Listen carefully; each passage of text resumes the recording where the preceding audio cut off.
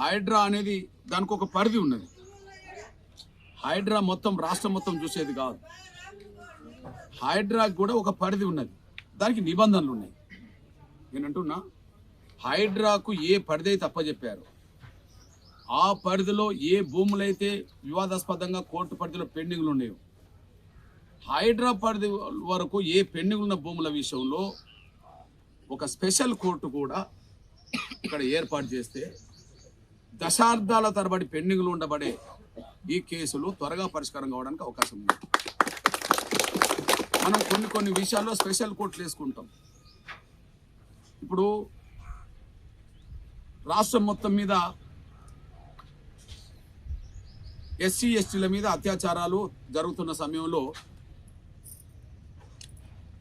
అన్ని కేసులు చూసే జిల్లా కోర్టులోనే ఈ కేసు విచారణ జరిగితే లేట్ అవుతుంటుంది. కాబట్టి ఎస్సీ ఎస్టీల కేసులు విచారించడానికి స్పెషల్ కోర్టులు వచ్చినాయి. నంబర్ 1. నంబర్ 2, మహిళల మీద హత్యలు జరిగిన సమయంలో ఎన్నో కేసులు ఉంటే కొన్ని కేసులు పెండింగ్లు ఉంటాయి. కానీ దానికోసం మనందరూ తెలుసు, మహిళల మీద జరుగుతున్న అత్యాచారాలు నివారించడానికి కావాల్సిన ఫాస్ట్ ట్రాక్ కోర్టులు కూడా వచ్చినాయి. అప్పుడు ఎంఆర్పిఎస్ డిమాండ్ చేసింది.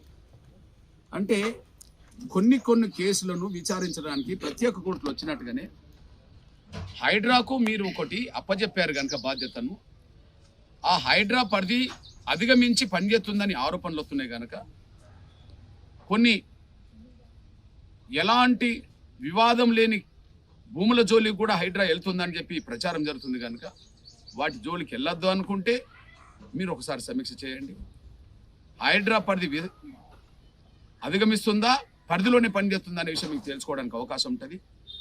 హైడ్రా తన పరిధిని అధిగమించి పనిచేస్తే దాన్ని కంట్రోల్ చేయాల్సిన బాధ్యత ముఖ్యమంత్రి మీదనే ఉన్నదని గుర్తు చేస్తున్నా.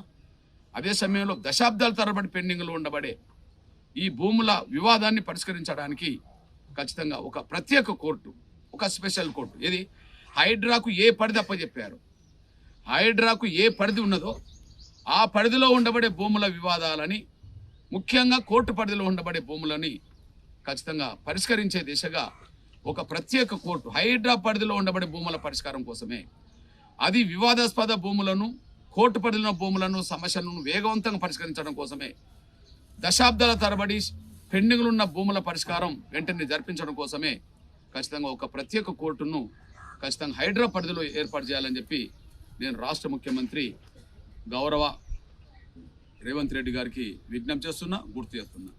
ఇక్కడ ఇంకొక ఆరోపణ వస్తున్నది, హైడ్రా తన పరిధిని విస్మరించి, తన పరిధిని అధిగమించి కొన్ని విషయాల్లో జోక్యం చేయడం వెనుక రాష్ట్ర ప్రభుత్వమే ఇందులో ఉన్నదేమో అని చెప్పి కొన్ని ఆరోపణలు వస్తున్న సమయంలో ఆ ఆరోపణలకు అవకాశం ఇవ్వకుండా ఉండడం కోసం తగు న్యాయబద్ధమైన, సమాజం గుర్తించే, సమాజం గౌరవించే, సమాజం అంగీకరించే ఒక నిర్ణయాలు తీసుకునే విధంగా రాష్ట్ర ముఖ్యమంత్రి ముందుకు రావాలని నేను కోరుతూ, అంతవరకు ఈ ఐలాపురం గ్రామం కానీ లేదా ఇట్లాంటి చుట్టుపక్కల ఇట్లాంటి సమస్యల గ్రామాల్లో ప్రజలు భయభ్రాంతులు గురి చేసే విధంగా హైడ్రా వ్యవహరించవద్దని, అదే సమయంలో ఎలాంటి వివాదాస్పద భూముల జోలికి వెళ్ళొద్దని, వివాదాస్పద భూములు ఉన్న చోట వెంటనే విచారణ జరిగి పరిష్కారం జరిగే దిశగా ప్రత్యేక కోర్టులు ఏర్పాటు చేయాలని చెప్పి నేను రాష్ట్ర ముఖ్యమంత్రి గారికి విజ్ఞప్తి చేస్తున్నా, గుర్తు చేస్తున్నా.